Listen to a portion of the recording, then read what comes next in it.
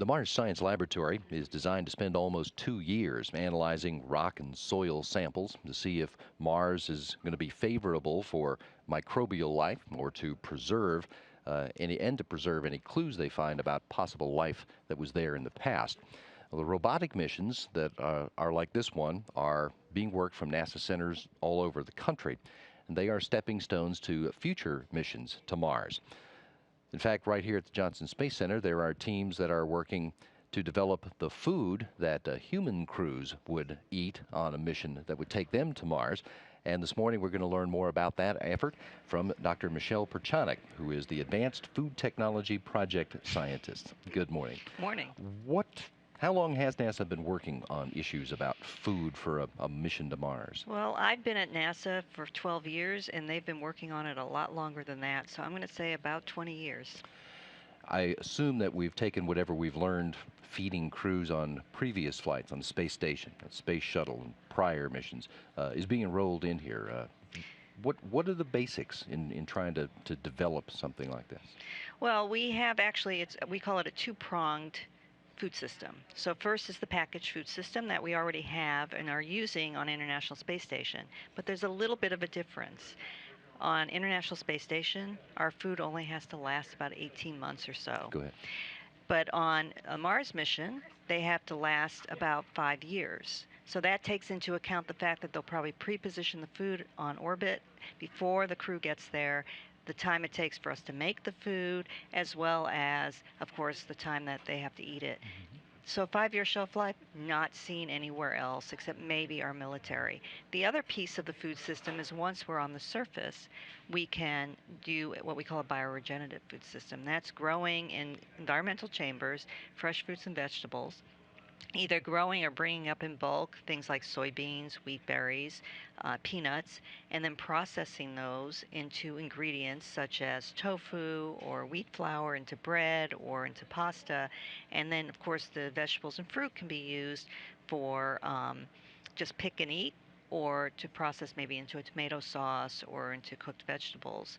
So the packaged food side of things, yes, we have some experience, but we have to go further. But the bioregenerative side, we're really doing very little of that right now. Are you thinking in terms of growing it in the soil on Mars, growing food there? No, so the thought is that we will instead be using environmental chambers, which will control the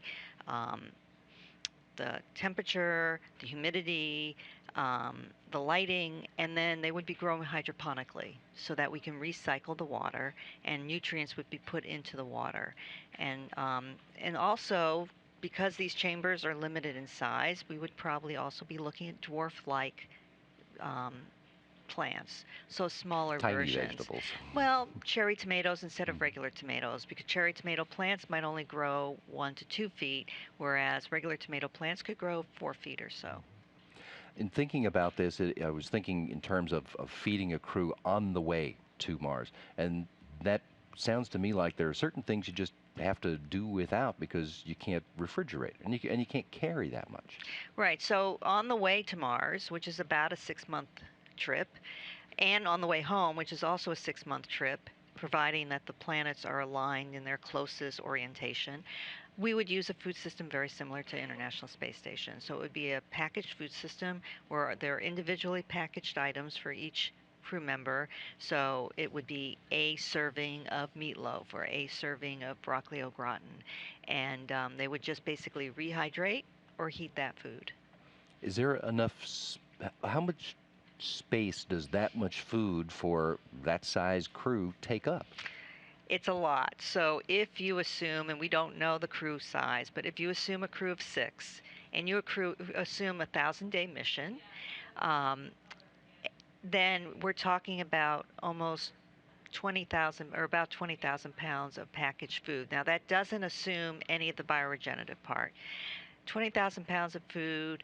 The volume, we calculated that, and we think it's about the amount of 3 large refrigerators full. So we're talking about a small room or a large closet worth of food. So Doesn't sound like a lot, but that's really, really, really tightly packed.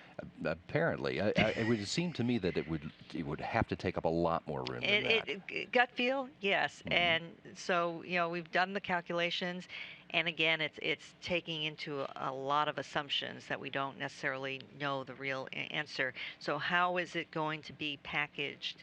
Are there going to be racks or other sort of secondary places to stow them? In that case, it would take more room.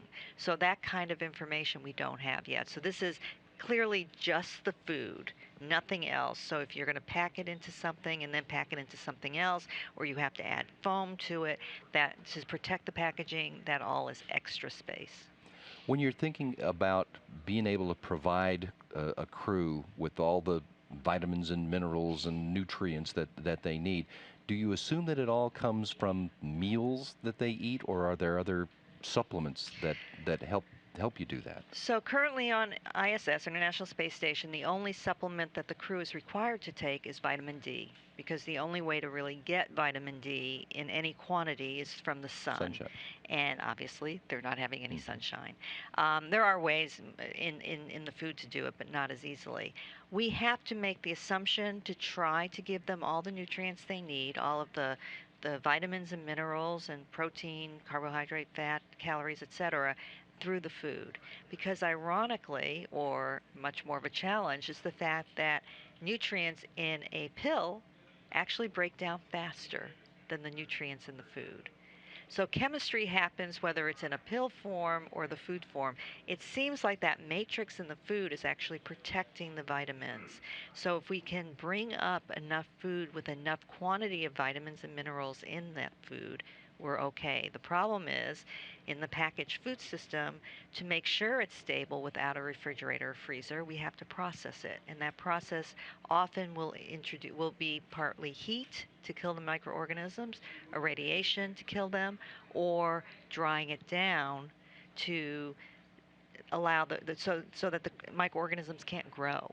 Now we have new technologies we're looking at, microwave sterilization, high pressure, which look at killing the microorganisms either by through the pressure of breaking the cell structure or microwaves.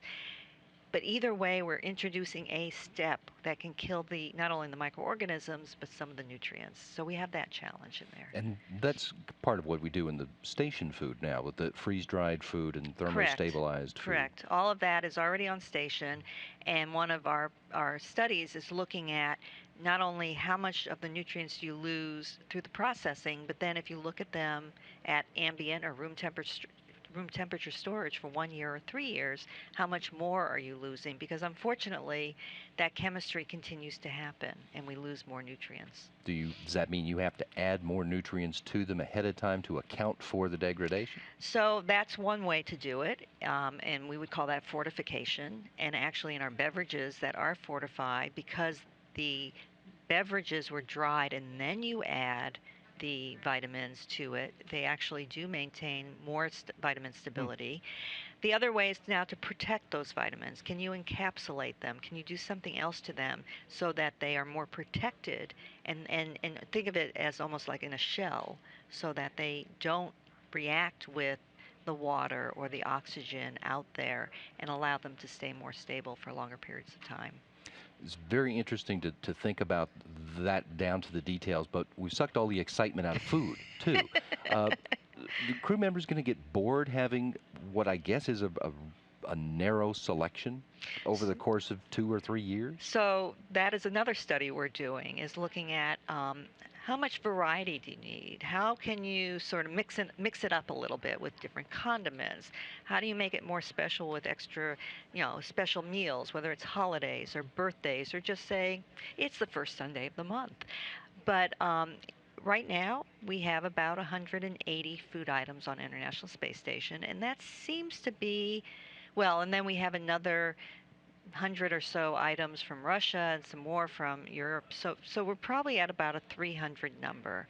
And that seems to be the right number for a 6-month mission.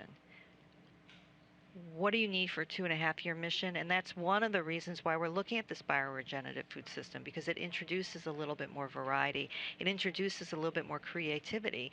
Well, tonight I'm going to put in my pasta sauce bell peppers, but not onions. And the next night I'm going to put in onions and not bell peppers. So it's a little bit different. But yes, they are going to get bored. It's not like here on Earth where we can say, I don't feel like eating anything out of my refrigerator, so I'm going to go to a restaurant tonight. If you get bored with the food, as a crew member might in this circumstance, do you find that they don't eat as much as they're supposed to? That is what we're finding, that they don't eat as much when they're bored with the food, if the acceptability of the food goes down. And that's a big concern because this food allows them to perform well, keep healthy, and more importantly, it helps to mitigate the bone loss and muscle mass loss that they do experience in microgravity. What kind of things do you have on the menu at this point? If we were launching to Mars tomorrow, what kind of food would be available for a crew? Well, right now, of our 60 plus thermostabilized items, which is basically canned food in a pouch, only seven of them have a 5-year shelf life. And they all happen to be meat items. So brisket, um, pork chops, meatloaf. So not a lot of variety. Um, but we're working towards trying to get that improved and making sure that they have a good variety of items, just like they do on International Space Station, from chocolate pudding cake for dessert to having scrambled eggs or a cinnamon scone for breakfast, and fruit, strawberries or whatever. So we're working towards it. Now, in this case, we've got maybe 20 years or more before we're ready to make that trip. Is that why we need to be preparing the menu now for a trip that doesn't launch until the 2030s? Well, you're right. We have a lot of time. However, the bioregenerative food system piece, we're estimating could take at least 10, if not 15 years to develop, because not only do we have to determine what we want to do with it, what we want to grow, but then what do you need to process and what equipment do you need for that? And you'll have a galley that I describe as a sort of a 21st century galley, but with 15th century operations, because you may have a juicer or a food processor, but meanwhile, if you're making bread, you're either going to have to knead it by hand or have a bread maker. Or if you want grated carrots, you're going to have to grate them. You can't go to the grocery store and pick up those grated carrots. So there's a lot involved with the bioregenerative food system. So what we're trying to do is say, okay, we're going to sort of put that out in the future and not necessarily do it right away. But right now, let's look at that packaged food system. Because if we can extend the shelf life now, that makes that, if you think about it, if you get a higher quality food up front so that it's still good in 5 years, think about how good it would be in 1 year or 2 years for International Space Station. So we're working on that first. We hope to have a 5-year shelf life food system ready, knowing how to do it, not necessarily having developed all those 200 plus products by about 2020. And then we can take some time to develop all those formulations. We don't call them recipes, we call them formulations. It's all sound very interesting, and be interesting to see how it turns out, what comes up next. Thanks for bringing us up to date on that. You're welcome. Michele Perchonok is the Advanced Food Technology Project Scientist.